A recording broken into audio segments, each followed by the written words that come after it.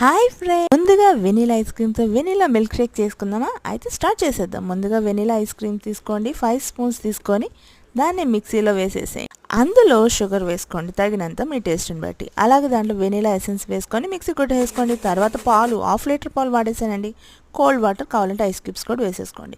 తర్వాత ఒక గ్లాస్లో తీసేసుకొని అందులో వెనీలా ఐస్ క్రీమ్ వేసుకోండి. అలాగే దాని మీద చాక్లెట్ సిరప్ వేసుకోండి. హార్స్లీ సిరప్ వాడానండి, చాలా బాగుంటుంది.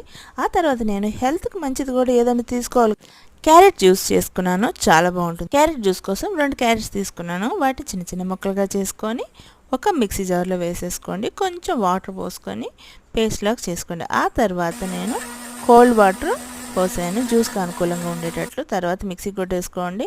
తర్వాత ఒక గ్లాస్లో తేనె, క్యారెట్ జ్యూస్ కలుపుకోండి. తేనె వద్దనుకున్న వాళ్ళు బెల్లం పొడైనా వేసుకోండి, చాలా బాగుంటుంది. క్యారెట్ జ్యూస్ లివర్కి చాలా మంచిదండి. ఓకే ఫ్రెండ్స్, నా వీడియో కానీ నచ్చినట్లయితే